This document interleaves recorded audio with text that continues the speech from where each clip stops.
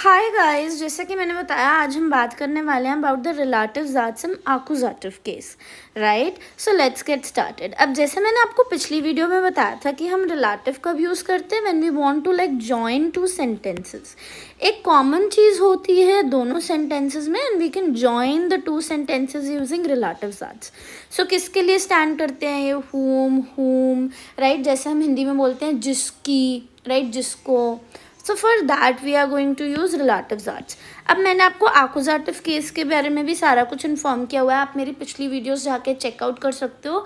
Description box में मैं link भी डाल दूंगी जिसमें मैंने सारा कुछ आकुजाटिव के बारे में एक्सप्लेन किया हुआ है, तो आप वो भी जाके देख सकते हो if you have no understanding about the accusative case, right. So relative that's शुरू करने से पहले मैं आपको पहले रिलेटिव प्रोनोमेन बता देती हूँ जो कि सेम है बिल्कुल accusative article, accusative bestimmt article की तरह, right? So in accusative it is den, die, das, die, right?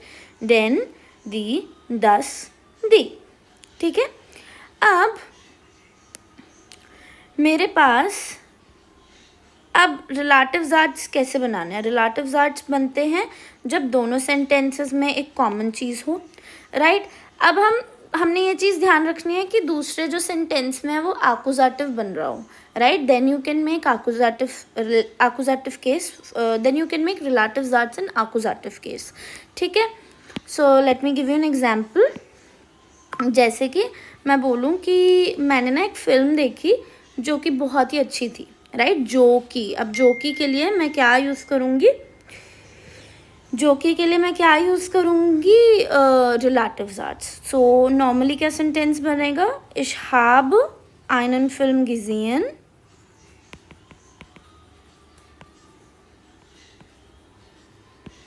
der Film war sehr spannend, ठीक है। सो आई सॉ अ फिल्म जो कि बहुत ही अच्छी थी, राइट। अब कॉमन चीज़ क्या है इन दोनों में, फिल्म। तो मैं पहले डया फिल्म लिख दूंगी, स्ट्रक्चर ही ऐसे होता है रिलेटिव दैट्स का। तो पहले हम कॉमन चीज़ लिख देते हैं, ठीक है। कॉमन चीज़ लिख दी। अब मैं रिलेटिव, मुझे फिल्म के लिए ही बनाना है, तो सबसे पहले हम रिलेटिव प्रोनोमेन लगाएंगे, ठीक है। अब ये डया फिल्म है, ये जो सेंटेंस है I want to make relative for this sentence, ठीक है। तो यहाँ पर मैं क्या लगाऊंगी, यहाँ आइनन फिल्म है तो आकुजाटिव केस बन रहा है, एक्शन फिल्म पर हो रहा है, right. So action is happening on the film, तो मुझे यहाँ पर मैस्क्यूलाइन आकुजाटिव रिलेटिव प्रोनोमेन यूज करना पड़ेगा जो कि है डेन। सो der film den ich gesehen habe, war sehr spannend, right, war sehr spannend। अब यहाँ पर मैंने den रिलेटिव प्रोनोमेन यूज़ किया किसके लिए, फिल्म के लिए। वो फिल्म, द फिल्म जो कि विच के लिए I have use den over here. So the film which I saw gesehen habe एन में इसलिए because whenever we are going to use relative then the sentence will be Nebensatz, means the verb will go at the end, right? So der Film, den ich gesehen habe, then I have to put comma, मैंने जैसे last video में बताया था, verb, comma, verb, war sehr spannend, ठीक है।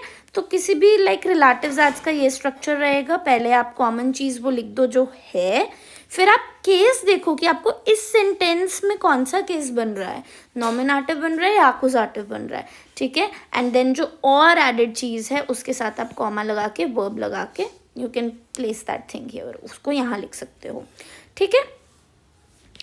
अब एक और बनाते हैं sentence, right.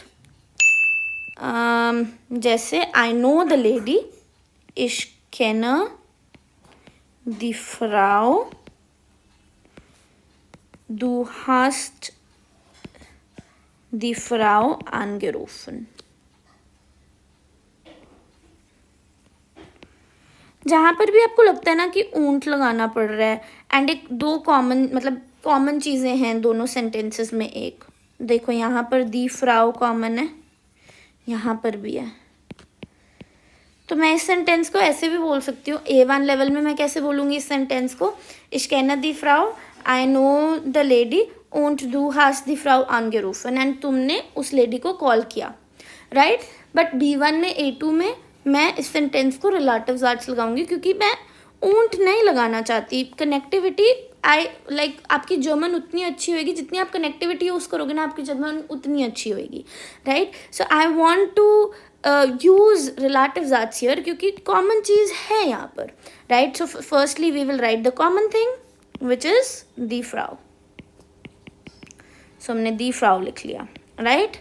Comma, I have to put after the common thing, common चीज़ के बाद I have to put relative pronomen।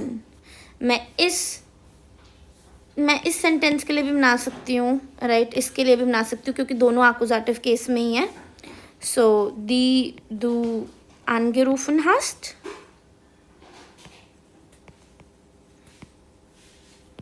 Comma, kenne ich, I know, ठीक है। Let's make one more sentence. Er liest das Buch, मेरे पास 2 sentences हैं। Ich habe das Buch empfohlen। सो मेरे पास again in दोनों sentences में कॉमन क्या है? बुक, ठीक है, बुक कॉमन है, right. So I can make relative.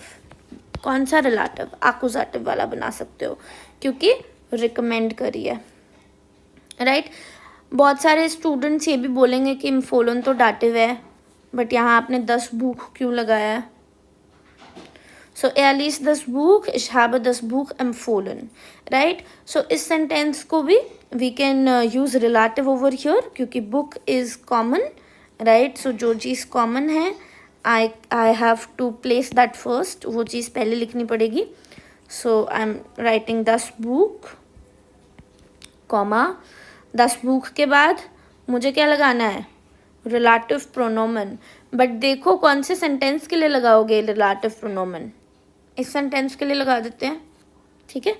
So das Buch, das ich empfohlen habe, comma, least air, ठीक है। ये हो गया आपका आकुजाटिव, जो कि मैंने रिकमेंड करी, ही इज रीडिंग दैट। इस सेंटेंस को अलग तरीके से भी बना सकते हो। das Buch, das Buch, das er liest, comma, habe ich empfohlen। This is also relative pronomen accusative, ठीक है। So this is how you are going to make relatives arts in accusative, right। So ध्यान रखो, जब भी आपको लग रहा है कि 2 सेंटेंसेस ऐसे बन रहे हैं कि जिनमें कॉमन चीज़ है, केस देखो, नॉमिनेटिव बन रहा है, आकुजाटिव बन रहा है, डाटिव बन रहा है, गेनेटिव बन रहा है, and use relatives arts। It is very important to use relatives arts in A2 and B1, ठीक है। So learn this। I hope you understood all of this। I hope you understood relatives arts and accusative, and you will start applying this in your writings, in your speaking, and अगर आपको मेरा channel थोड़ी सी भी help कर रहा है German learn करने के लिए, so do subscribe to my channel and comment below आपको वीडियो कैसी लगी। और एंड अगर आपको किसी और टॉपिक पर भी वीडियो चाहिए, so do comment below and I will try to make a video on that topic.